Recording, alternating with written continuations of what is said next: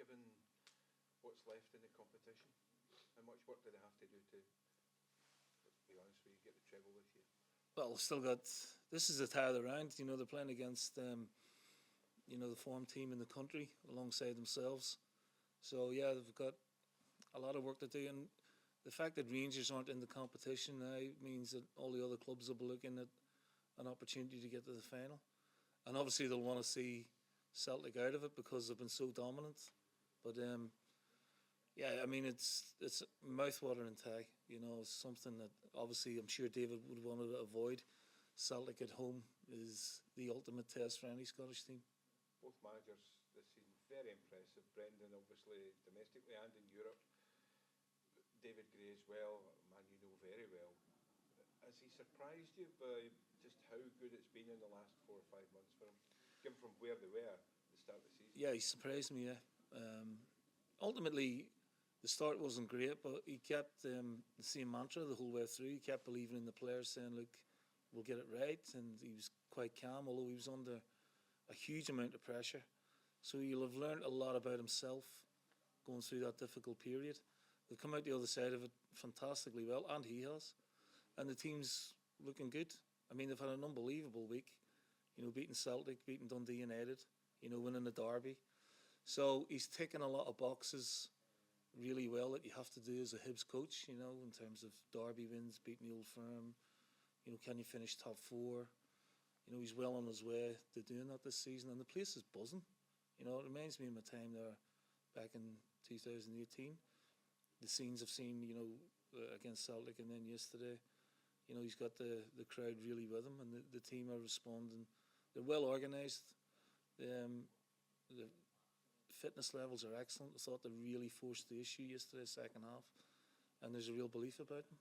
How much do you think that win against Celtic last week will give them the belief that they can go to Celtic Park this weekend and win?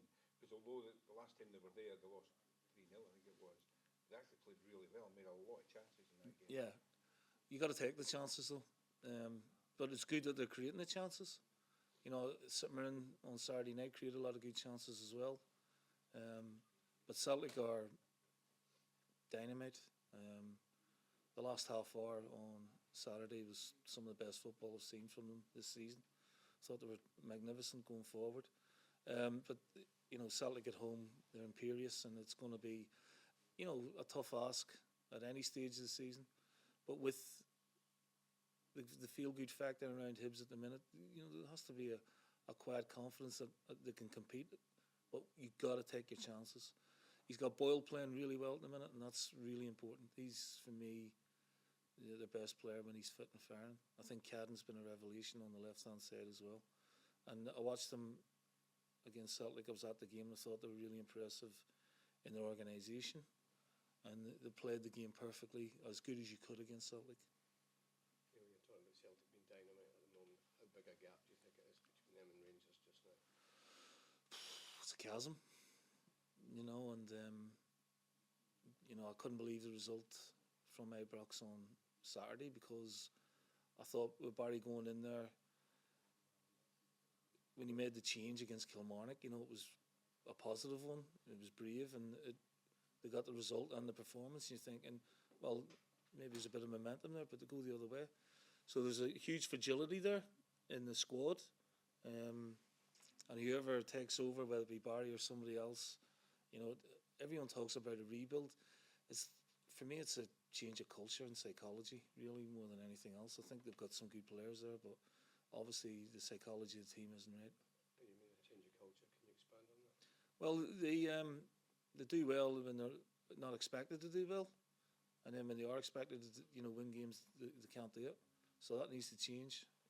And I think they have to get things right domestically first and foremost before they think about anything else. They need to be far more consistent in the league, far more consistent in the cup competitions. Because if they go out to Fenerbahce in the Europa League, the season's done. We're only in March. You were talking about that change of culture. Is that possible with the current personnel, or does it have to be new bodies that come in to change that mentality? I think you got to work with what you've got. You can't just have a clean sweep. Everyone talks about rebuild and a new manager coming in and clean sweep. Been hearing this for the last 3 or 4 years. I'm not privy to what goes on inside the dressing room or the training ground, but they've got to be far more consistent in their results and performances. Whether the grind out results, I don't know if they can do that, but we've all had to do that over the years, and winning breeds confidence. It breeds a better mentality, and again, you're waiting on the switch being flipped after Kilmarnock. You're thinking, right, well, at least domestically they'll be able to put their foot down a little bit, but at least against Motherwell in the manner that they did as well, it's pretty uninspiring, really.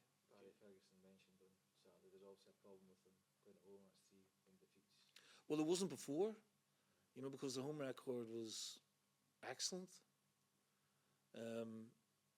But the Queen's Park games obviously rocked them in some way, shape, or form, and you have to get over that. It can happen once in a blue moon, a result like that, but you have to bounce back from it immediately, and they haven't done that. So they've lost now to St Mirren, they've lost now to Motherwell. Playing for a club like Celtic and Rangers, that we all know about the demands and the expectation. You have to handle that. It's not just one or two; it's the whole group. Somebody has to carry the team. Might not always be a Tavernier, might not always be a Raskin, but there has to be 3 or 4 that'll get them over the line, and they're not doing that at the minute. Is that almost more as important when you're kind of building a team with Celtic Rangers, that you have players that can handle those expectations? Yeah, you don't know until they're in the building. I've seen players with big reputations come to Glasgow and struggle. I've seen players who I thought might struggle actually thrive in the environment. So you can say you do your homework, but the culture at Celtic and the culture at Rangers is miles apart. Like, you know what I mean? And there has to be a change for me in the psychology of the dressing room rather than a complete rebuild, because I don't think that'll work either. Brendan's obviously got a track record over the years of improving players. You look even recently like Matt O'Reilly, the goals he was scoring in that season under Brendan, Daizen, Maeda, what he's doing at the moment. Do you think Yang can maybe fall into that category, just what he's been doing over the last few weeks? Can you see a progression for him into maybe being an important player for Celtic in the future? Well, he's certainly the last sort of 5-6 weeks really upped his game and had a huge impact on games, whether it be against Munich. I thought the home game against Munich, he was really bright and really effective. I thought his performance on Saturday evening was fantastic. And it all comes with confidence, playing with good players, playing in a good team. You're right about Maeda. His transformation in the last year has been remarkable as well. So, I think Yang could, grasp the metal and kick on. It's really helps when you're playing with good players, though. And, Celtic have stock full of them. Did you see that coming with Daizen Maeda in terms of just how good he is at the moment and the levels he's hit? There was maybe question marks over his technical ability. Obviously, no. Yeah, that's right. Yeah. His running, but do you feel he's maybe hit a level that people thought he maybe couldn't at one point? Possibly, but that's down to the player. He's worked on his game, and maybe with the coaches behind the scenes, his finishing's so much better. His touch is. You're talking about his technique. We talk about soft feet. His feet are getting better. If you look at his goal the other night, his first touch to take it away from Fraser, and then the finish was exemplary. He wasn't doing that a year or two ago. He was playing at 100 mile an hour. He's always had brilliant movement, and he's always had brilliant work rate, but now his all-round game is at a very, very high level. Do you think he's been the most improved player under Brendan Rodgers, or would you put that to maybe perhaps Alistair Johnson as well? I think he's another fantastic player, Johnson. But O'Reilly, under Brendan last year flourished. I think Maeda's doing it this year. I think Kuhn's improved a hell of a lot from what was off the back of last season as well. So, yeah, I mean, it's hard to sort of make comparisons. They all have their own sort of contributions to the team in big, big ways.